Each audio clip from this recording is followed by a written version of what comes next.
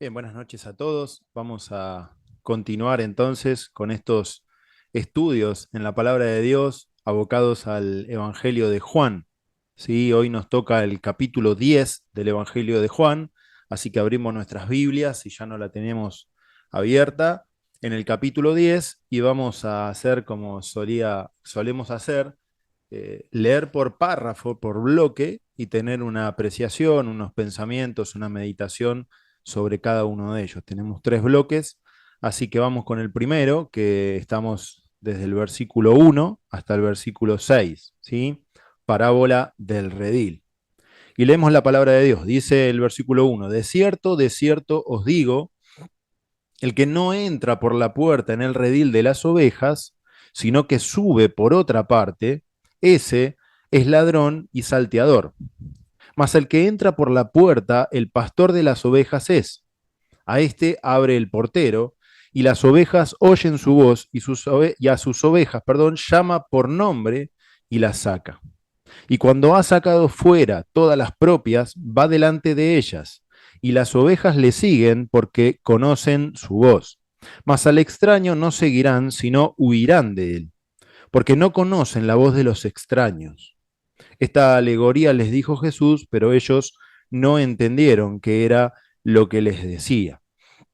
Bien, acá comenzamos este primer bloque del capítulo 10 y el Señor hace énfasis sobre un tema y utiliza una parábola, como solemos decir siempre, que es una manera habitual de poder explicar algo, utilizando algo que es muy habitual que el Señor utilice y que también sea utilizado en la palabra de Dios, que es el vínculo de pastor y ovejas, ¿sí?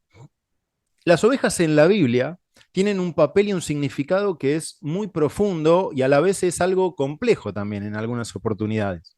Las ovejas eran o hacían tener un ingreso de dinero fuerte en esos tiempos, que eran particularmente, fundamentalmente, eran agrícolas en su mayoría, tenían explotación de otras cosas, pero también había un trabajo muy común que era el del pastor, pero el ser pastor no era algo o un trabajo para alguien poderoso o importante, sino que estaba más apuntado al humilde o alguien menor de la familia. Generalmente el hijo más chico de una familia tomaba ese lugar y era un papel casi de los más insignificantes que podía haber, ¿no? Por eso incluso subcontrataban en algunas oportunidades a niños y no eran tan considerados. David, el pastor, fue un caso similar, que había sido olvidado por su padre, si se acuerdan, cuando Samuel buscaba ungir al próximo rey, él había tenido esa consideración, ¿no? Que se habían olvidado de él, ¿no? Y ellos, por eso el Señor utilizaba, porque también ellos, a los que les estaba hablando, que eran los fariseos, eran los judíos, que conocían todas estas cosas, ellos lo sabían, ¿sí? Pero el Señor siempre cuando tomaba estos papeles, cuando está hablando, por ejemplo, en este pasaje, que nosotros vamos a tener el primer y segundo bloque hablando enteramente de esto, el Señor toma esta función pa, para dignificarlo más, ¿sí? Porque el Señor mostró ser, que ahora vamos a ver, ser pastor de las ovejas y a la vez ser el cordero, ¿no? A la vez habiendo siendo el cordero entregado y el cordero sacrificial. Sabemos que los corderos son las crías de las ovejas, ¿sí? Dios desde un principio llamó a los israelitas de esa manera como ovejas y pastores que los estaban liderando. Seguramente algunos recuerdan algunos pasajes, en Ezequiel hay todo un capítulo que está dedicado acerca de esos pastores que utilizaban o que se pastoreaban solos, decía, ¿no? Pero bueno, dentro de las características que podemos tener también para entender y comprender estos primeros dos bloques, por lo menos, tenemos que saber que las ovejas, por características personales, en el carácter, eran mansas, eran animales de guía fácil, como quien dice. También se utilizaban en sacrificios. Sabemos que tenemos también una utilización muy grande del cordero y de las ovejas elegidas para los sacrificios. Era, como recién estábamos viendo, una fuente importante de ingresos, pero era el símbolo del pueblo de Dios, básicamente, que era lo más importante que el Señor estaba marcando en esta referencia, ¿no? También las ovejas eran conocidas porque tienden a desviarse, ¿no? Estudiando o leyendo un poquito de las características para comprender un poquito lo que es esto de esta alegoría que el Señor estaba utilizando, También las ovejas son como conocidas porque tienden a desviarse con cierta facilidad del rebaño, ¿no? En Isaías 53, capítulo 53, versículo 6, todos nosotros, decía, nos descarriamos como ovejas, cada cual se aparta de su camino, ¿sí? O sea, el Señor utiliza muchas veces en la palabra también estos ejemplos, por eso también les entregaba las parábolas relacionadas también con esta cuestión, ¿sí? Pero también que tenían cierta debilidad y necesidad de estar en el rebaño y por eso no perderse, ¿no? Contradictoriamente también dicen que pueden ser muy seguras a la vez. Cuando uno analiza cómo son las ovejas, también a la vez de todo eso que recién estábamos diciendo, también se consideran en algunas oportunidades muy seguras y por ese motivo, cuando ven un pasto más verde, van tras él sin importar mucho más y con eso se alejan del rebaño, ¿sí? Pero por eso también el apóstol Pedro escribió en 1 Pedro capítulo 5, versículo 8, sed sobrios y velad, porque nuestro adversario el diablo, como león rugiente, anda alrededor buscando a quien devorar, ¿no? Entonces ahí es como que también tenemos un resumen de varias cosas en cuales considera, por qué considera también las ovejas, por qué considera al enemigo como un lobo en alguna oportunidad, ¿no? Por ello también el rebaño muchas veces podemos decir que no ataca al rebaño completo, sino que espera la oportunidad de que una oveja se separe del rebaño para tener esa oportunidad. ¿Sí? Está esperando ese momento en el cual se desvía y poder hacerlo. Por eso también Dios, el Señor, utiliza esas características para compararnos con nosotros, que tenemos esas características también, ¿no? Por ese motivo también es importante comprender todas estas cosas previamente a analizar alguno de estos versículos que estamos pasando. En principio, decimos que este capítulo que estamos hablando ahora viene conectado con el anterior, donde los fariseos le estaban preguntando en uno de los versículos anteriores, dice el 40, la última parte del versículo 40 del capítulo 9, dice, ¿acaso nosotros somos también ciegos? Le estaban preguntando. Y el Señor utiliza esa metáfora y una alegoría con las ovejas para decir una verdad. Porque el Señor en cuanto a las ovejas, por lo que recién estábamos analizando y hablando, se estaba refiriendo claramente al pueblo de Dios. Y que el buen pastor era el Señor Jesús. Y que el ladrón y el salteador, o en parte también el asalariado, que estaba también ahí como portero, estaba considerando lo que son los fariseos también en esa oportunidad. Por eso el Señor cuando les estaba hablando a todos, pero particularmente hacía eco y énfasis en ellos, que eran los que estaban ahí cuestionando estas cosas que el Señor les estaba planteando. El versículo 1 y 2 dice, entonces, de cierto os digo, el que no entra por la puerta en el redil de las ovejas, sino que sube por otra parte, ese es ladrón y salteador. Claramente, lo que está haciendo acá, está reiterando esa enseñanza que ya lo venía diciendo el Señor Jesús, de que hay una manera sola de acercarse al reino, que hay una nueva puerta o una única puerta por el cual se puede ingresar al reino. En este caso, el redil, ¿no? Que estamos considerándolo. Y ellos estaban como ingresando por otra parte, con otros medios, de otra manera, con toda la ley, con todas las cosas que ellos defendían, ¿no? Como siempre está el énfasis en marcar con ellos. Por eso acá el Señor les está hablando de que suben por otra parte, ¿no? Más el que entra por la puerta, el pastor de las ovejas es. El Señor ahí lo está reiterando. El versículo 3 ahí nos dice, a este abre el portero y las ovejas hallen su voz y a sus ovejas llama por nombre y las saca. El Señor a lo largo de su ministerio llamó primero a los suyos, al redil de Israel, y luego a las ovejas de entre los gentiles, podemos decir, que también nos podemos considerar cada uno de nosotros, ¿sí? Haciendo un pueblo de quienes lo acepten como un salvador. Ya el Señor estaba ya con todos estos 2 o 3 versículos, ya estaba marcando y resumiendo todo lo que venía diciendo, todo lo que venía explicando, pero particularmente dirigido a los fariseos, a los que estaban enseñando otra cosa, ¿sí? Y es importante también algunas palabras en particular, ¿no? Que el Señor pone acá en el relato de Juan, ¿no? Dice, y cuando ha sacado el versículo 4 fuera todas las propias, va delante de ellas y las ovejas le siguen porque conocen su voz. Qué linda frase, yo la tengo marcada hace mucho, va delante de ellas, ¿no? Esa frase de va delante de ellas, el verdadero pastor va delante, ¿no? ¿Por qué? Porque es la guía. porque no va a llevarte a un lugar que Él no vaya transitando primeramente, que no te vaya llevando por ese lugar. Es inevitable cuando leemos este pasaje, yo cuando leía esto, trasladarte o llevarte al Salmo 23, ¿no? Es imposible no pensar, Jehová es mi pastor, nada me faltará, en lugares de delicados pastos me hará descansar, junto a Abra, todo el capítulo. Es inevitable pensar en todo esto. Y seguramente ellos también lo tenían presente y estaban analizándolo con estas cosas, ¿no? Más siendo tan estudiosos de la palabra como se decían, ¿no? Versículo 5 dice, entonces más al extraño no seguirán, sino huirán de él porque no conocen la voz de los extraños. El Señor hace énfasis en lo importante de reconocer cuál era el pastor, cuál era la guía que se estaba presentando, porque de esa manera no se iban a confundir al escuchar otra voz, ¿no? Como podemos decir, la voz de ellos, quizás, ¿no? Por eso el Señor lo hablaba con esa seguridad. Y el versículo 6, esta alegoría les dijo Jesús, pero ellos no entendieron qué era lo que les decía. Por supuesto, ellos no entendían, ellos seguían con su manera de pensar. Sin embargo, las parábolas estaban haciendo referencia a ellos. Y ellos mismos eran los que no estaban reconociendo la voz del pastor que estaba también frente a ellos. Ellos eran la viva imagen de esto que el Señor estaba relatando, que Él era el pastor, Él era la guía y las ovejas que ellos estaban considerando no estaban reconociendo la voz del verdadero y auténtico pastor. Como resumen de este primer bloque, el Señor nuevamente, por supuesto, decimos que el Señor les decía que había una puerta que el pastor abrió y que entraba o que se debería entrar por ella.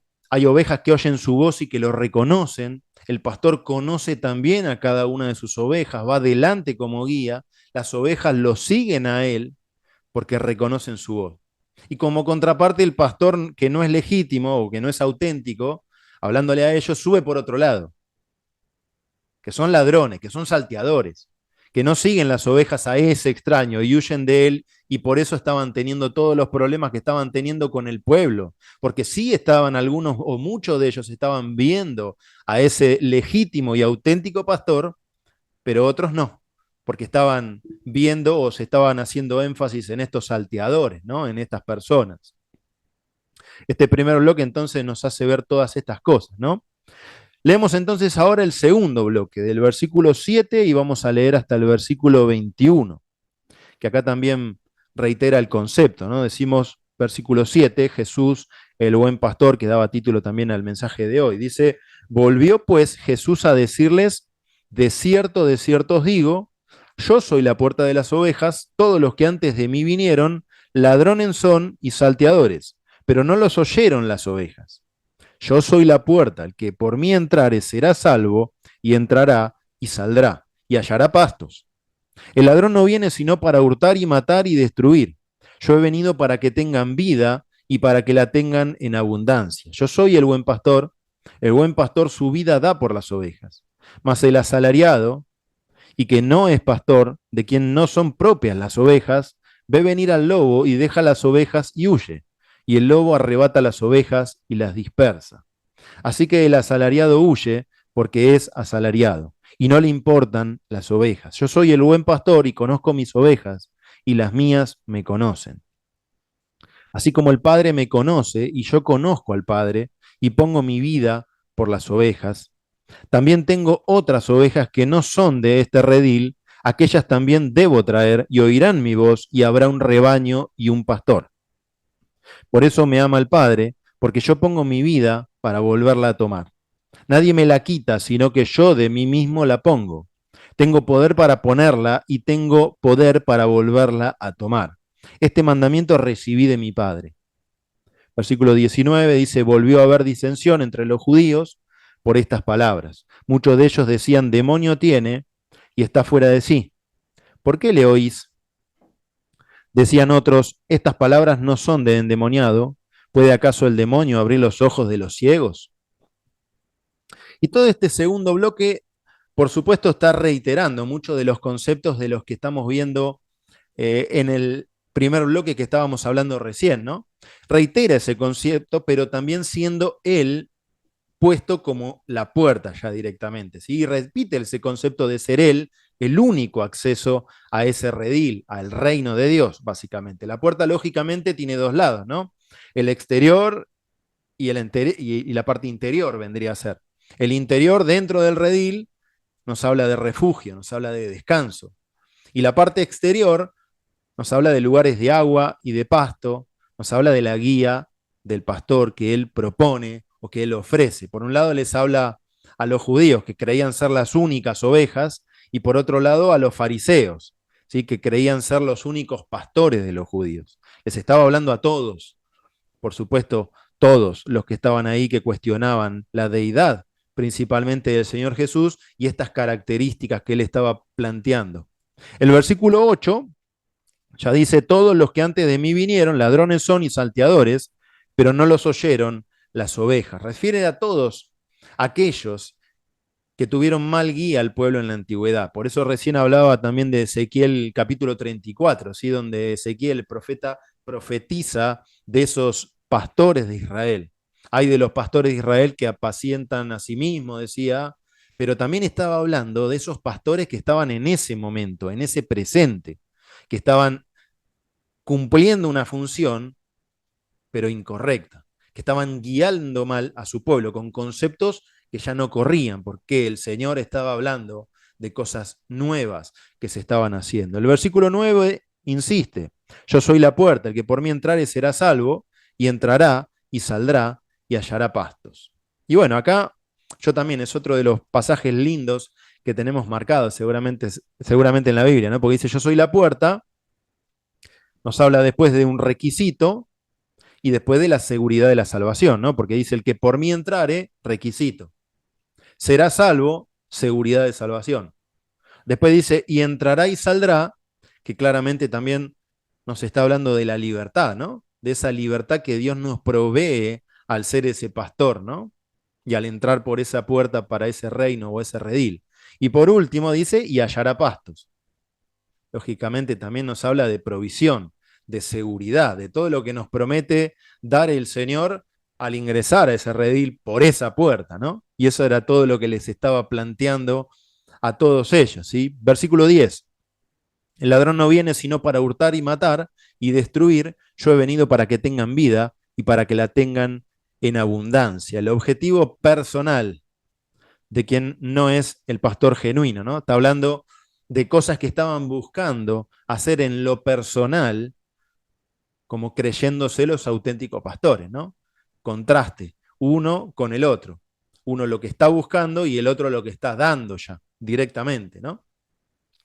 El versículo 11 está emparentado con el 17 y con el 18, ¿sí? Porque parecería eh, una repetición, dice, yo soy el buen pastor da su vida por las ovejas. El 17 dice, por eso me ama el Padre, porque yo pongo mi vida para volverla a tomar.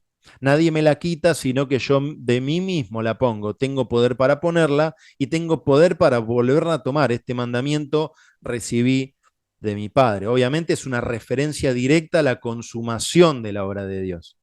El Señor ahí lo que estaba diciendo era una profecía o una revelación de lo que estaba preparando y de lo que iba a pasar. Él era el Mesías, él era el Salvador y él era Dios, que era lo que les estaba costando a ellos comprender. Por eso lo dice de esa manera. Versículos 12 y 13 dice, mas el asalariado y el que no es pastor, de quien no son propias las ovejas, ve venir al lobo y las deja, las ovejas y huye. Y el lobo arrebata las ovejas y las dispersa. Así que el asalariado huye porque es asalariado y no le importan las ovejas. Además de reiterar algunos conceptos anteriores que recién estábamos leyendo, enfatiza esa diferencia entre quien es el auténtico y verdadero dueño o el pastor, y la diferencia que hay con el asalariado, ¿no? El que lo hace por otro interés. Esa diferencia estaba dada con Jesús y los fariseos. Claramente el Señor estaba mostrando eso. El Señor Jesús lo hace de corazón y por amor genuino ante cada uno de los que creen en Él y quieren entrar por esa puerta a ese redil. Ahora los fariseos lo hacían por interés de poder, por interés económico y no por amor al rebaño. Y el Señor los estaba confrontando nuevamente y seguramente nosotros con la Biblia escrita podemos recordar Juan 5, el paralítico de Betesda, y ahí también había fariseos que ninguno lo ayudó a descender en el momento que lo tenía que hacer. En Juan 8, nosotros lo leímos también, la mujer adúltera, confrontada directamente con ellos. Y el Señor liberó a esa mujer, no habiendo tomado ninguno ese papel de tirarle la piedra, como le había dicho, pero eran ellos lo que no lo estaban haciendo por amor. Y hace poquito, en el anterior, Osvaldo también nos estaba hablando del ciego de nacimiento, que después lo cuestionaron y lo recontra cuestionaron y estaban todos haciendo una mención acerca de lo que había hecho el Señor Jesús y no tanto en esa muestra de amor. Por eso también todas estas muestras que estaba hablando el Señor Jesús estaba refiriéndose enteramente también a ellos, a los fariseos. El 14. Yo soy el buen pastor y conozco mis ovejas y las mías me conocen. Así como el Padre me conoce y yo conozco al Padre y pongo mi vida por las ovejas. Reitera otra vez ese concepto que recién leíamos en el 11, en el 17, en el 18. Pero qué lindo concepto, ¿no? También para reafirmar, ¿no? Y esa importancia de que los pastores conocen a sus ovejas y están atentos a la necesidad de cada uno, ¿no? Nosotros como iglesia también tenemos ese privilegio de tener pastores que seguramente algunos podemos haber vivido esos momentos en los cuales con una necesidad se podrían haber acercado y están atentos también a esas necesidades por ese amor genuino, ¿no? Qué lindo también estas semejanzas que el Señor nos da para nuestras vidas también, ¿no? Versículo 16 dice, también tengo otras ovejas que no son de este redil, aquellas también debo traer y oirán mi voz y habrá un rebaño y habrá un pastor. Juan capítulo 1, versículo 11 y versículo 12, yo lo tengo acá anotado, dice, a lo suyo vino y los suyos no le recibieron, mas a todos los que le recibieron, a los que creen en su nombre, les dio potestad de ser hechos hijos de Dios. Acá el Señor ya les estaba hablando que había cambiado ese concepto de ser ellos únicamente los elegidos, ¿sí? Porque a los suyos vino y los suyos no le han escuchado, no le han atendido, ¿sí? Y no le recibieron, dice la palabra. Entonces acá el Señor ya está hablando de que primeramente vino para unos, pero ahora ya la oferta o la amplitud en este mensaje, en esta nueva norma que el Señor estaba planteando, estaba extendida a todos ellos, ¿sí? Y todos ellos también serán considerados de ese rebaño, ¿no? Los gentiles, las personas que no estaban dentro del pueblo, y ahí esto es otra reafirmación que ellos también tenían que aceptar, ¿no? Versículo 19 al 21, bueno, lógicamente volvió a haber disensión entre los judíos por estas palabras, muchos de ellos decían demonio tiene y está fuera de sí. ¿Por qué le oís? Decían otros, esas palabras no son de endemoniado. ¿Puede acaso el demonio abrir los ojos de los ciegos? Con todo el accionar de los judíos y particularmente de los fariseos era casi lógico, ¿no? Que luego de esta confrontación que el Señor había tenido con ellos estén molestos. Era casi obvio, ¿no? Pero también había quienes veían que no podía ser un endemoniado, como decíamos recién, ¿no? Sino que estaban hablando de que tenía que tener un poder especial, tenía que ser alguien especial para mostrarse de esta manera, no podía ser una persona endemoniada. Y por eso cuando dice abrir los ojos a los ciegos, yo también acá tengo marcado Isaías 35, capítulo 35, versículo 5, que seguramente ellos también tendrán presente, que dice, entonces los ojos de los ciegos serán abiertos y los oídos de los sordos se abrirá. Siempre hablando de profecías que el profeta Isaías estaba hablando del Mesías, ¿no? Y ellos seguramente, como estudiosos de la palabra, esto lo tenían seguramente muy presente, ¿no? Por eso estaban hablando y estaban diciendo de esa manera, ¿no? Este segundo bloque nos deja claro el papel que el Señor Jesús ya no con alegoría, sino prácticamente ya les estaba hablando directamente, ¿no? De cuál era el papel de cada uno. Deja más al descubierto a quién estaba hablando el Señor Jesús y cómo los consideraba a estas personas, ¿no? Pero también dejaba claro la seguridad que traía el Señor como hijo de Dios y esa deidad y la tenía que dejar clara y su papel de pastor a cada uno de nosotros que somos las ovejas, ¿sí? Reafirma el concepto del primer bloque también. Y el último bloque del versículo 22 en adelante que vamos a leer, y ya con esto terminamos, dice el versículo 22, celebrase en Jerusalén la fiesta de la dedicación, Era invierno, y Jesús andaba en el templo por el pórtico de Salomón. Y le rodearon los judíos y le dijeron: ¿Hasta cuándo nos turbáis el alma? Si tú eres el Cristo, dínoslo abiertamente. Jesús respondió: Os lo he dicho y no creéis. Las obras que yo hago en nombre de mi Padre, ellas dan testimonio de mí, pero vosotros no creéis, porque no sois de mis ovejas, como os he dicho. Mis ovejas oyen mi voz, y yo las conozco y me siguen. Y yo les doy vida eterna, y no perecerán jamás, ni nadie las arrebatará de mi mano. Mi Padre que me las dio es mayor que todos, y nadie las puede arrebatar de la mano de mi Padre. Yo y el Padre uno somos. Entonces los judíos volvieron a tomar piedras para apedrearle. Jesús les respondió: Muchas buenas obras os he mostrado de mi Padre. ¿Por cuál de ellas me apedreáis? Le respondieron los judíos diciendo: Por buena obra no te apedreamos, sino por la blasfemia, porque tú siendo hombre te haces Dios. Jesús les respondió: ¿No está escrito en vuestra ley? Yo dije: dioses sois. Si llamo dioses a aquello, si llamó, perdón, dioses a aquellos a quienes vino la palabra de Dios, y la escritura no puede ser quebrantada, al que el Padre santificó y envió al mundo, vosotros decís: tú blasfemas porque dije: hijo de Dios soy. Si no hago las obras de mi Padre, no me creáis, mas si las hago, aunque no me creáis a mí, creed a las obras, para que conozcáis y creáis que el Padre está en mí y yo en el Padre. Procuraron otra vez prenderle, pero él se escapó de sus manos. Y se fue de nuevo al otro lado del Jordán, al lugar donde primero había estado bautizando Juan, y se quedó allí. Y muchos venían a él y decían: Juan a la verdad ninguna señal hizo, pero todo lo que Juan dijo de éste era verdad. Y muchos creyeron en él allí. Este último bloque es otra vez una reiteración de todo lo que veníamos escuchando y leyendo en los capítulos anteriores. Siempre esa confrontación y ese rechazo de su pueblo, particularmente guiados, como recién estábamos diciendo, por los fariseos y esas personas que estaban apartadas, separadas para enseñar la palabra, así que eran una clase especial, ¿no? Y bueno, el pasaje acá comienza, este último pasaje, con celebrarse en Jerusalén la fiesta de la dedicación, era invierno y Jesús andaba en el templo por el pórtico de Salomón. Siempre a mí me gusta hacer énfasis también, soy un poco apasionado también en las normativas y en las fiestas y en todas esas cosas de los judíos, porque también nos sirven mucho para comprender, ¿no? Cuántas de estas cosas, como yo lo dije también en la otra oportunidad, el Señor obró sobre particulares fiestas, mostrando que por sobre esa celebración o ese evento especial había algo distinto que el Señor estaba planteando, ¿no?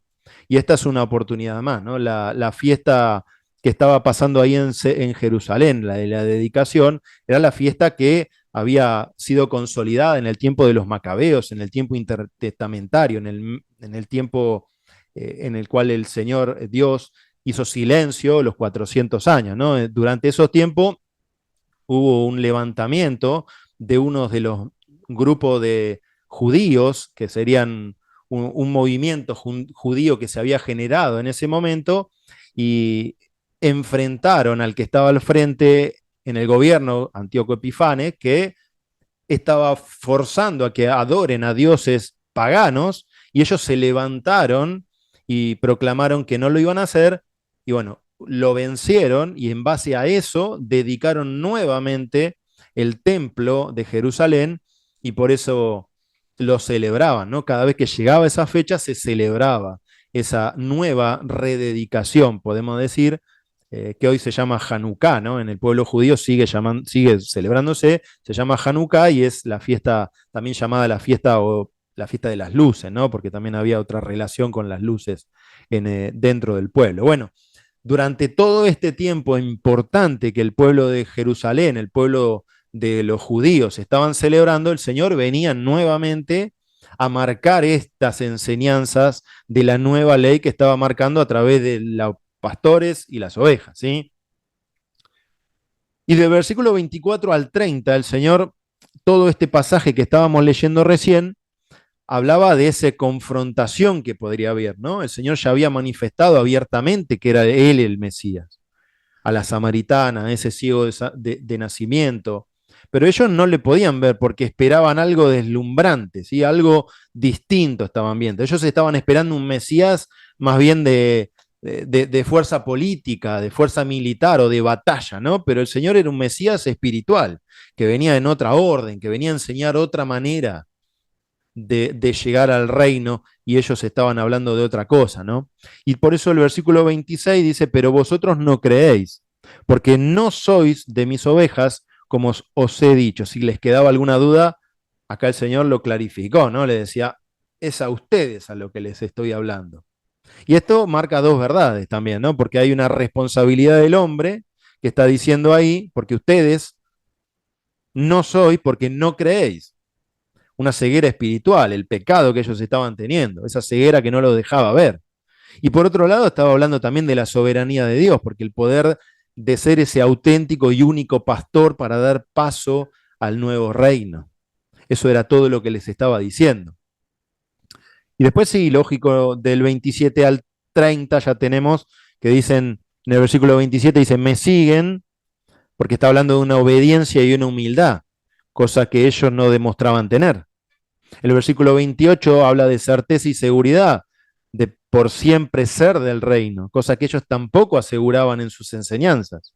Y el 30, o la segunda parte del 29 y el 30, al día de hoy también los judíos, si hay algo que los aleja de reconocer a Jesús como Mesías, es el considerar que Jesús y Dios son uno.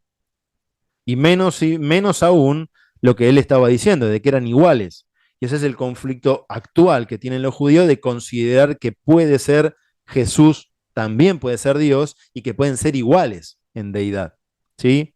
Por eso también eso el Señor los estaba enfrentando en lo que más arraigado tenían, ¿no? Del 31 al 33, entonces, también, ¿no? Luego de estos confrontamientos iban a avanzar en acción, ¿no? Y querían matarlo, pero les hace una pregunta irónica al Señor Jesús, quizás, ¿no? Y demostrando que había cierta inconsistencia, ¿no? En el juicio que estaban haciendo, porque admiraban todas las señales, admiraban todo ese poder, sin embargo, querían encontrarle algo, como yo, uno de los jueves que habíamos pasado, habíamos hablado, en cuanto a la condena del Señor Jesús frente a Pilato y frente al gobierno romano, finalmente el único motivo, sin mucha explicación, para poder condenar por los superiores era el hecho de blasfemar, de considerarse Dios. Entonces ahí es donde empezaron a apuntar todas las acusaciones al Señor Jesús. Del 34 al 36 también el Señor utiliza un salmo, ¿no? El que Dios llama de esa manera dioses a los jueces, ¿no? Porque cita, si llamó dioses, refiere a cómo Dios llamó a los jueces, ¿sí? Que eran también personas que estaban ahí para juzgar al pueblo, ¿no? Pero también lo había utilizado de esa manera el Señor y él estaba hablando de que de esa manera también podía ser considerado, pero él siendo quien era, también lo estaban cuestionando. Por eso también el Señor cita ese pasaje, ¿sí? Y luego ya después, ya cerrando, dice el 37 y el 38, si no hago las obras de mi Padre, no me creáis. Mas si las hago, aunque no me creáis a mí, creed a las obras, para que conozcáis y creáis que el Padre que está en mí y yo en el Padre. Versículo 37 y versículo 38. Una vez más ellos veían sus obras, ¿sí? Entendían que eran obras superiores y no de hombre. Sin embargo, no lo podían creer, no podían aceptarlo, quién era el Señor, ¿sí? Y del versículo 39 al 42, otra vez, nuevamente, y ante esta negativa del Señor Jesús confrontándolo a cada uno de ellos, Jesús se va y encuentra un momento de reposo o de descanso en otro lugar. Algunos dicen que fue a Betania en principio, pero bueno, acá la palabra nos dice también que fue al otro lado del Jordán, pero los de ahí, los que él encontró, también se acordaban de Juan el Bautista y que todo lo que ese decía se había cumplido y se cumplió en esta persona que estaban teniendo enfrente a este Jesús, ¿sí? Este último bloque nos vuelve a mostrar un enfrentamiento y otra vez un confrontamiento del Señor Jesús. Pero todo el capítulo en sí, ya con esto terminamos y cerramos, todo el capítulo en sí nos remarca quién fue, quién es y quién va a ser el Señor. Y por otra parte nos reafirma la posición que tuvieron los suyos y la posición que sostiene hoy el día también cada uno de los judíos y del pueblo que el Señor eligió de un principio, ¿sí? Pero sí tenemos para que a cada uno de nosotros nos quede claro, ¿no? Que nuestro Señor es la puerta de ese redil, que nosotros formamos parte de ese redil y que Él nos conoce y que nosotros conocemos su voz, porque nosotros sabemos que lo que tenemos enfrente y estudiamos también es su palabra y de esa manera nos da esa seguridad que también estamos hablando, porque Jesús es el buen pastor, como decíamos en el título y también en todo este pasaje. Quiera Dios que de esta manera podamos haber meditado sobre estos versículos con tantas enseñanzas que el Señor nos dejó y con tantas verdades también que tuvo que confrontar el Señor con el pueblo judío, ¿sí? Terminamos entonces orando, oramos a Dios. Dios y Padre que estás en el cielo, Señor, te damos las gracias porque una vez más podemos abrir, Señor, tu palabra, poder encontrar, Señor, mensajes en cada uno de los versículos, Señor y Dios, y reafirmar verdades, Señor, que tenemos también atesoradas en nuestro corazón. Te damos las gracias, Dios y Padre, por estos momentos. Oramos, Señor, agradecidos por esto y por cada uno de los motivos, Señor, de oración que tenemos como iglesia para interceder ante ti, Señor, clamando, Señor, por sanidad de algunas personas que están pasando por mal momento, Señor y Dios, y por darte gracias, Señor, también por otras cosas. Oramos, Señor, agradecidos por todo, en el nombre del Señor Jesús, nuestro Salvador. Amén.